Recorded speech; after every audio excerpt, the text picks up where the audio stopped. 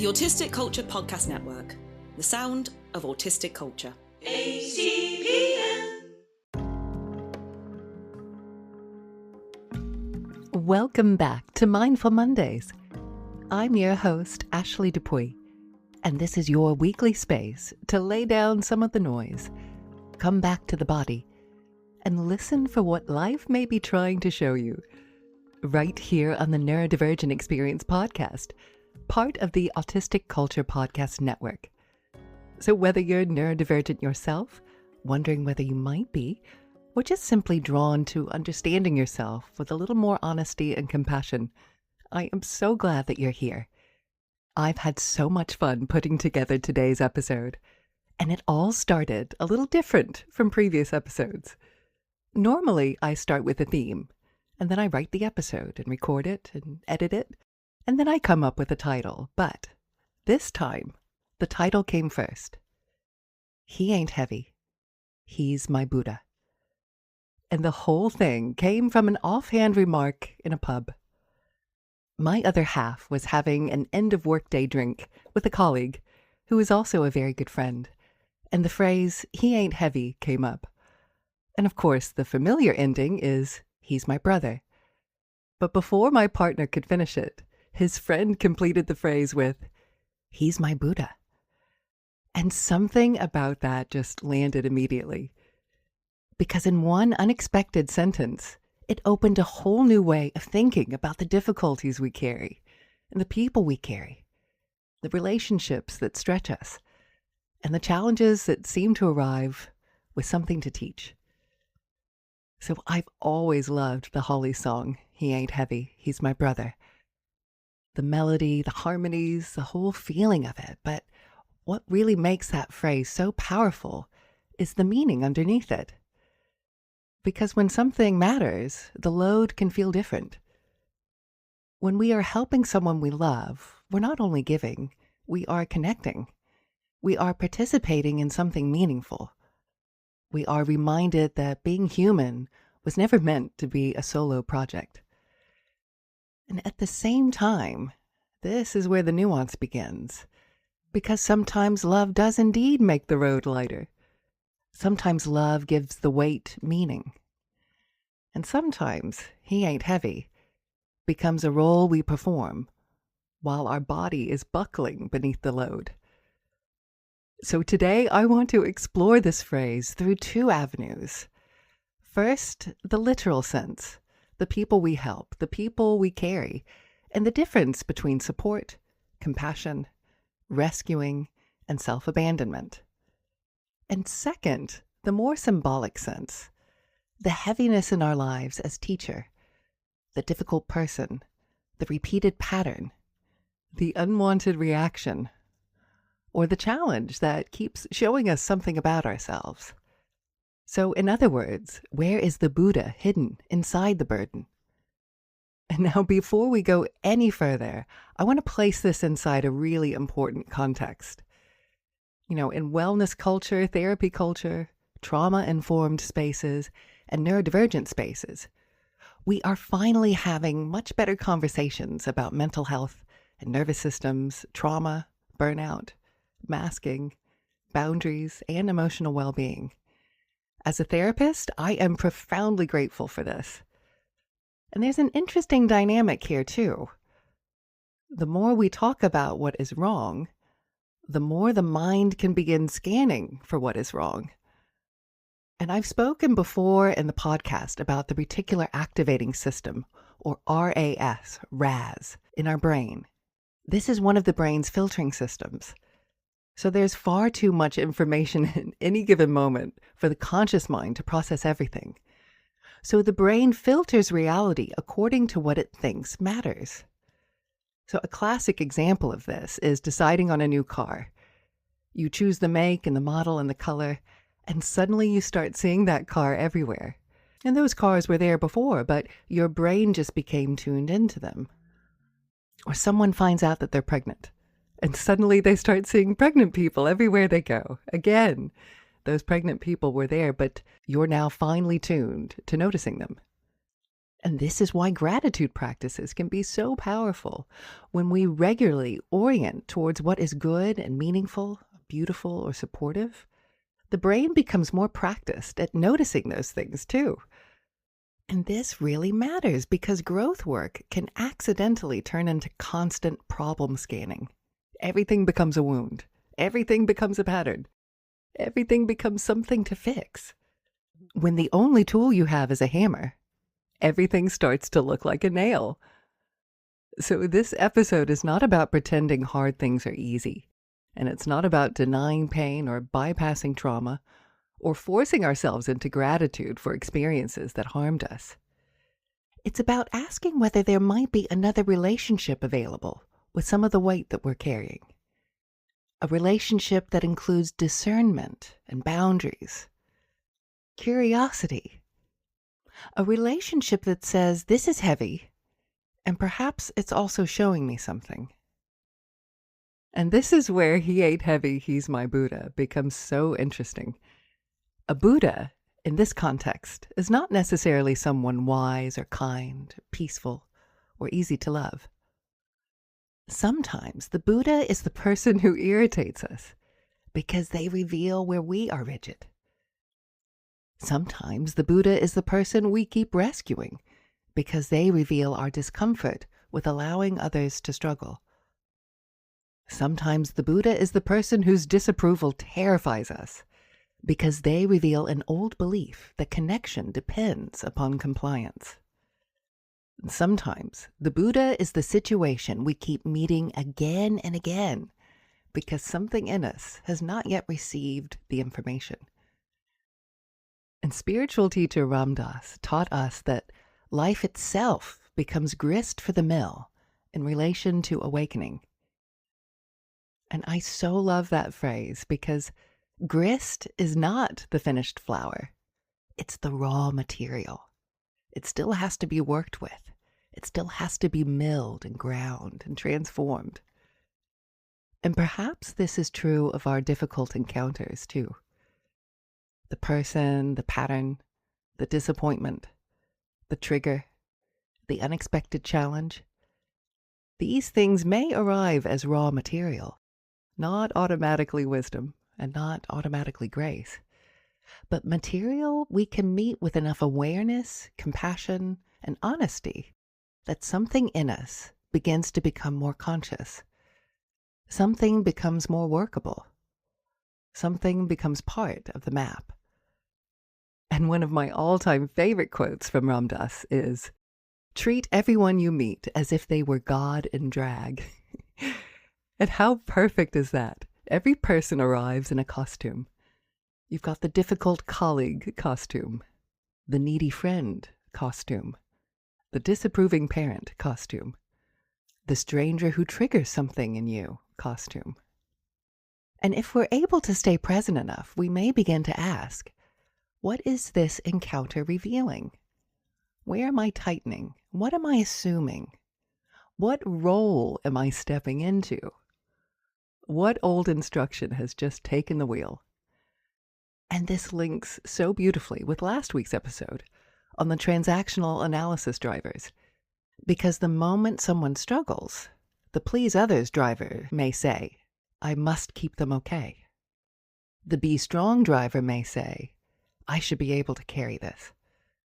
The try hard driver may say, if this relationship is difficult, I need to work harder. And the be perfect driver might say, there must be a correct way to handle this. And of course, the hurry up driver might say, I need to fix this discomfort immediately. And suddenly, we're not simply helping. We are being driven. We are carrying someone else from a mask. And this is an important distinction. Support leaves room for the other person's agency and yours. But carrying often begins to take over the agency. Support says, I believe you can walk, and I will stay beside you. Carrying says, I don't trust that you can cope, so I must take responsibility for your movement. Now, of course, there are times when carrying is necessary, Children need carrying. People in genuine crisis may need carrying. Illness, grief, disability, and emergencies all ask different things of us. But many relational patterns continue long after the emergency has ended. And sometimes the person we think we are carrying has not asked to be carried at all. We are carrying their feelings, or their disappointment, or their opinion of us, or their future reaction, or their unspoken expectations. We are carrying the entire imagined emotional weather system around them. And here is the neurodivergent nuance. Relationships and responsibilities can genuinely feel heavier for neurodivergent people, because the weight may not only be the relationship itself. The weight may include decoding unspoken expectations, or monitoring tone, facial expression, and body language, absorbing other people's emotional states, replaying conversations afterwards, trying to work out what was meant rather than what was said, justice sensitivity, rejection sensitivity, sensory overload, masking while also trying to care. A neurodivergent person may not only be carrying the person, they may also be carrying the entire interpretive process required to remain in relationship with that person. So when we ask, is this mine to carry? We need to include that layer, because the person may not be the whole weight. The masking required to stay connected may be the thing making the load unbearable. This is where nervous system regulation becomes essential. When we feel overwhelmed by the weight of life, the nervous system interprets that heaviness as threat. The brain becomes more threat-focused. The body prepares to defend or escape, collapse or comply, and nuance becomes harder to access. For neurodivergent people, who may already be more sensitive to sensory input and emotional atmosphere, uncertainty, ambiguity, and social complexity, the nervous system can reach capacity faster than we realize. This is why presence is not a luxury. It's part of how we regain access to the map. When the body feels safer, the conscious mind can come back online. We can see more clearly. We can ask better questions. And we can notice what is actually happening outside us and inside us. This is aware, allow, align. Aware. I'm noticing that this person is upset, and my please others driver wants to fix it immediately. Allow. Their upset makes sense. My urge to rescue also makes sense. There is discomfort here, and I can let it be present without obeying it instantly. Align. What response respects both compassion and agency? And maybe the aligned response is, I'm here. Would you like me to listen, help you think it through, or give you some space? And that question alone can change the whole dynamic. It allows care without control. It offers support without taking over. It allows the other person to remain connected to their own agency and their own path. And this applies to the second avenue, too. The heaviness of our own challenges. What if some of our reactions could be treated as information rather than evidence of failure? An autistic meltdown, for example, can be devastating. And afterwards, when the body is safe enough, we may be able to follow the breadcrumbs backwards. What led to this? Was there sensory overload? Too many transitions? Too little food or water? Too little rest? A boundary crossed? Too much uncertainty? Now, the meltdown is not something we would choose, but it may still become a Buddha in the sense that it teaches us about our nervous system, our limits, and the conditions we need in order to be well. This is part of the experiment of being human. We hypothesize, we test, we observe, we learn, and then we adjust.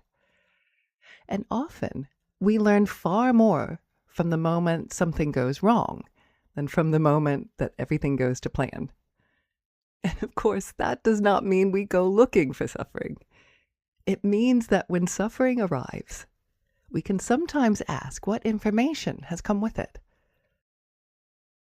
So how about a little bit of bite-sized Buddhism? There is a Buddhist parable about two monks traveling together. And the monks are observing a month-long vow of silence. And with that comes the vow also not to touch a woman. And they come to a river where a woman needs help crossing. One monk speaks with her and carries her across and places her safely on the other side. And they continue on their way.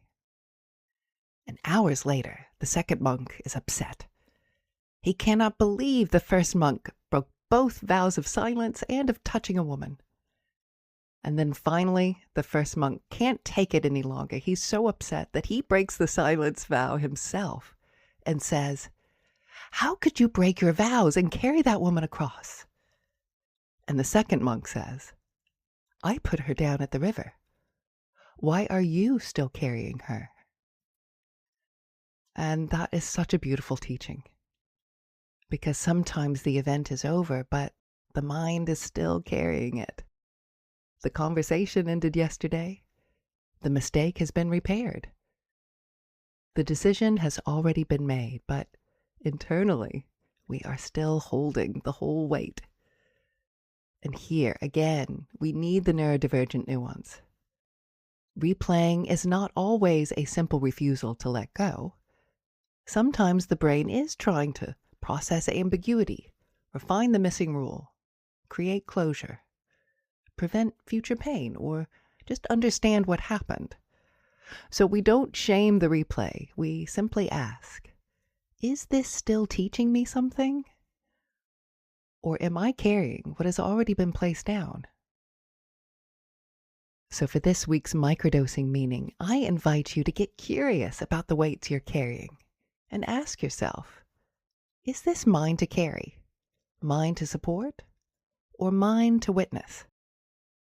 What is this difficulty showing me? What driver appears when this weight gets heavy?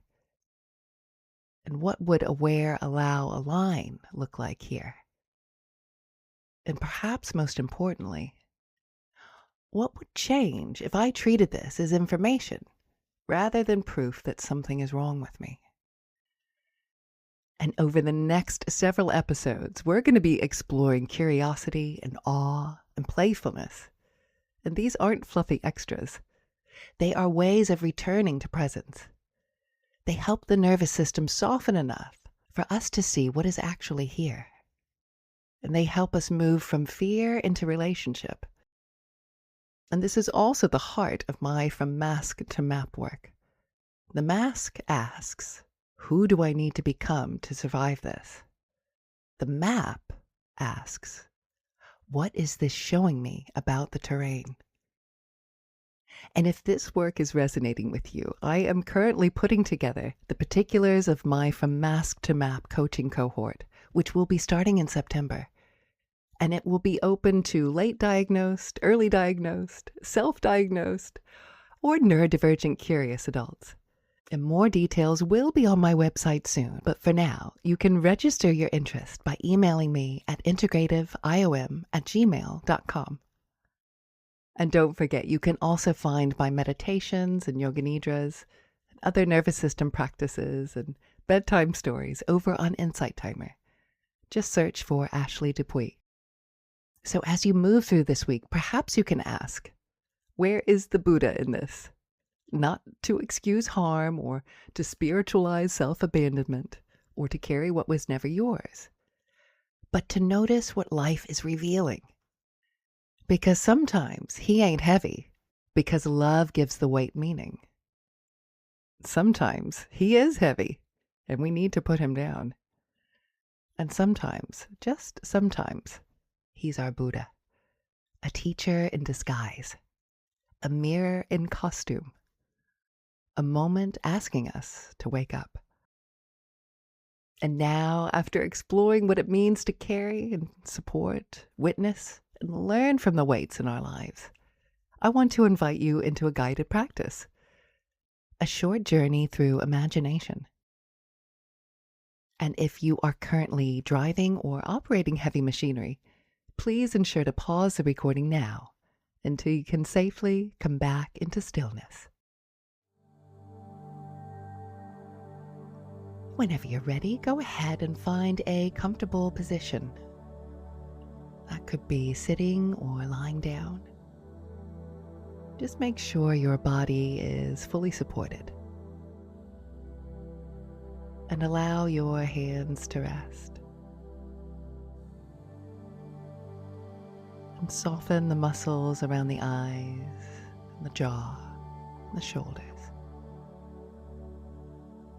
And whenever you're ready, feel free to gently close your eyes. And begin by noticing the natural rhythm of your breath. Breathing in and breathing out. No need to change anything, simply arriving. And in your imagination now, can you picture yourself standing at the beginning of a quiet path? Perhaps it's a woodland path, or maybe it moves across open hills, or perhaps it follows the edge of a river, or winds through a landscape that feels completely your own. And notice the ground beneath your feet, the air around you, the light, the sounds. And as you begin walking, you become aware that you are carrying a pack. It may be on your back or over your shoulder. Or maybe you're holding it in your hands. And you do not need to know yet what is inside. Simply notice that something is being carried. And as you walk, perhaps you become aware of the weight of the pack, noticing where the body seems to respond. The shoulders, the chest, the hands, the belly, the legs. And instead of judging the weight, you simply become curious. Something is being carried. Something has been traveling with you. And ahead on the path, you see a quiet resting place. Perhaps there's a tree with wide branches, or a bench in a garden, or a flat stone beside a stream, or maybe a patch of soft grass warmed by the sun. And you make your way there and gently place the pack down. And just feel what it's like to set it beside you.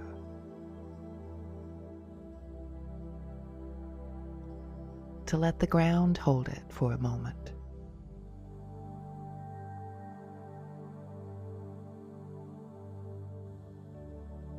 You haven't abandoned anything. You are simply creating enough space to look.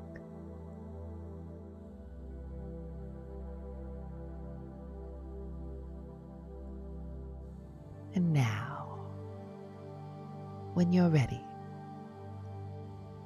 imagine opening the pack. And inside you find a number of stones. Some are large and some are small. Some are smooth. Some are rough. And each stone represents something that you've been carrying. A responsibility or a worry. A relationship or a role. A memory, a feeling. Maybe it's a pattern or hope or a story about who you have to be. There's no need to identify each one clearly, just let your imagination choose. And you lift the first stone and hold it gently, and you ask, is this mine to carry? Is this mine to support? Is this mine to witness, or is this mine to put down?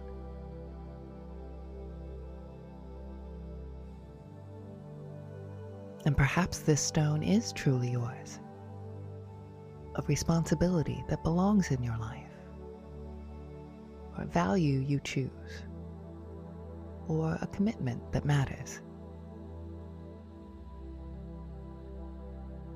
And if so, notice whether it needs to be carried differently, maybe with more support or more rest, maybe more help, more pacing. Perhaps what is yours doesn't need to be carried alone.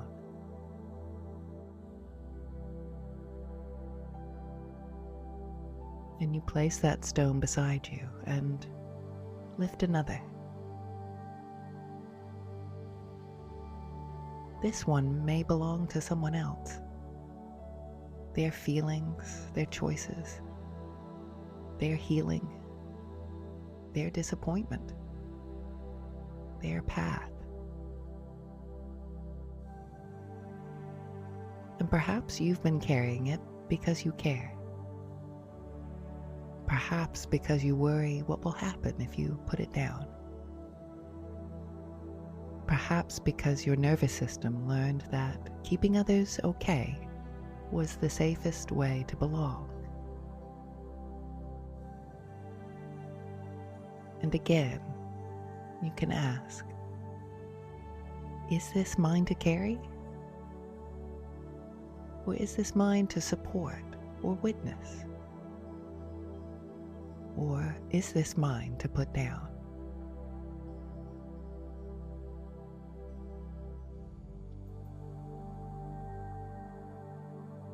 If this is not yours to carry, imagine placing it gently on the ground.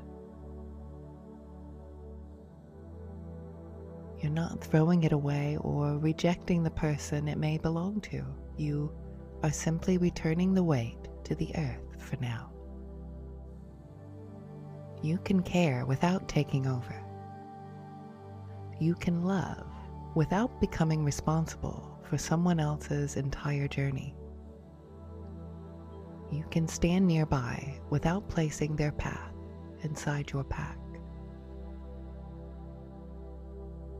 And now you lift another stone. And this one feels different.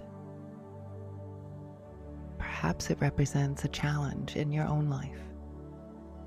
Something uncomfortable. Something you would not have chosen. And as you hold it, you notice that there may be information inside it.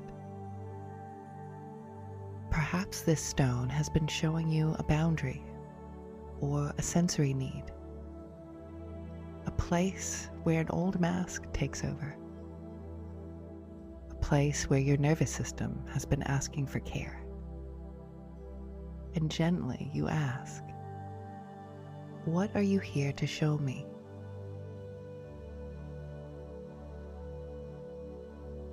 No need to force an answer. Perhaps a word appears, like rest or truth, space, support, permission, patience. Or perhaps nothing appears at all. And that's okay too. Sometimes the teaching is not ready to become language. Sometimes it is enough to know that the question has been asked.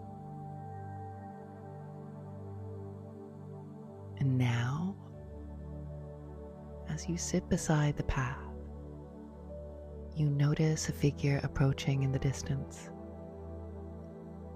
This figure feels calm and steady,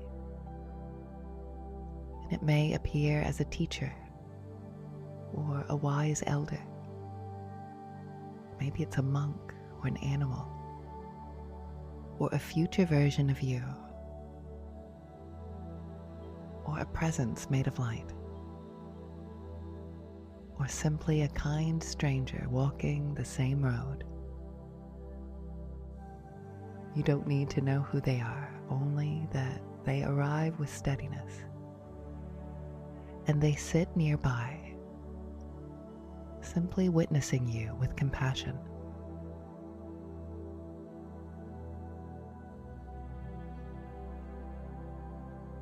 And perhaps they say to you, you do not have to carry every weight in order to learn from it.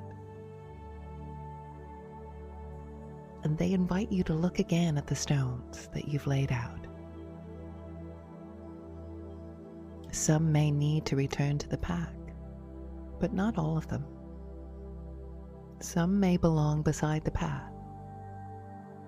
Some may belong to other people. Some may have already taught what they came to teach. And some may become smaller now that they've been seen clearly. And one stone perhaps begins to change into a small object of wisdom. A simple reminder that this is the teaching you are ready to carry forward. Not the whole burden, only the wisdom. And now begin repacking only what belongs to this part of the journey. Only what is truly yours. Only what can be carried with dignity, support, and care. The pack may not be empty. Life is not weightless, and love is not weightless. Responsibility is not weightless. But perhaps the pack is a little clearer now. Maybe there's a little more space. And perhaps the weight is arranged differently. And perhaps something in you now understands, I can carry what is mine, and I can support what is not mine to carry. I can witness with compassion, and I can put down what has already been placed down. I can learn without abandoning myself. The teacher rises and offers a gentle nod as if to say, keep walking, keep noticing, keep returning to what is true. And as they continue along their own path, you lift your pack again, and you feel its weight now. And notice what's changed. Maybe it's lighter. Maybe it's just a little more honest. Perhaps you are carrying the same life with a little more awareness.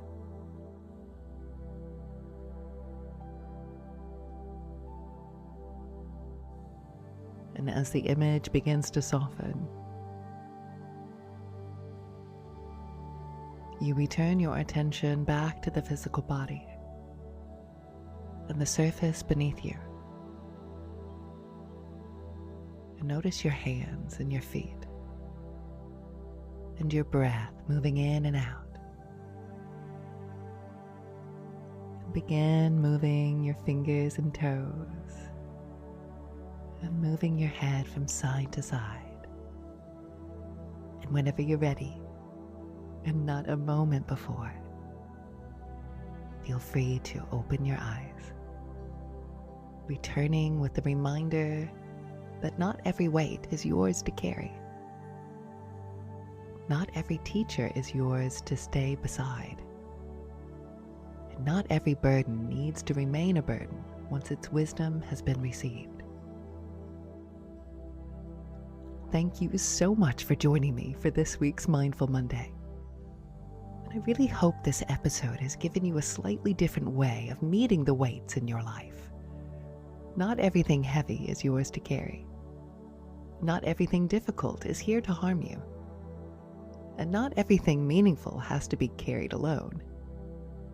And sometimes, when we're able to pause long enough to regulate and reflect, become curious, the burden begins to reveal something. A boundary, a need, a pattern, a truth. A doorway back to ourselves. And if this From Mask to Map work is resonating with you, don't forget I'm currently putting together the particulars of my group coaching cohort beginning in September, and more details will be on my website soon. But for now, you can register your interest by emailing me at integrativeiom@gmail.com. And you can also find more meditations and yoga nidras, nervous system practices, bedtime stories over on Insight Timer. Just search for Ashley Dupuy. And next week, we'll be exploring the magical state of awe.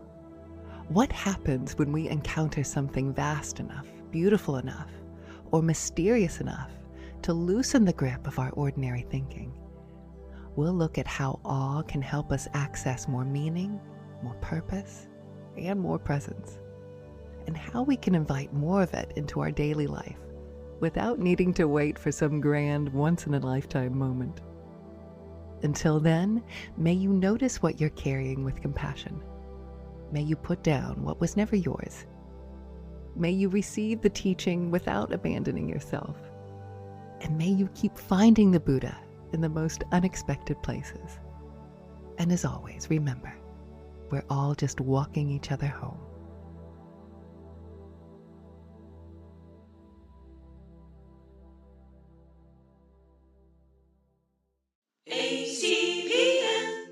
Thanks for listening. Support autistic-led media through Autistic Culture Plus and enjoy bonus content, early episodes, and ad-free listening. Visit autisticculture.supercast.com to learn more.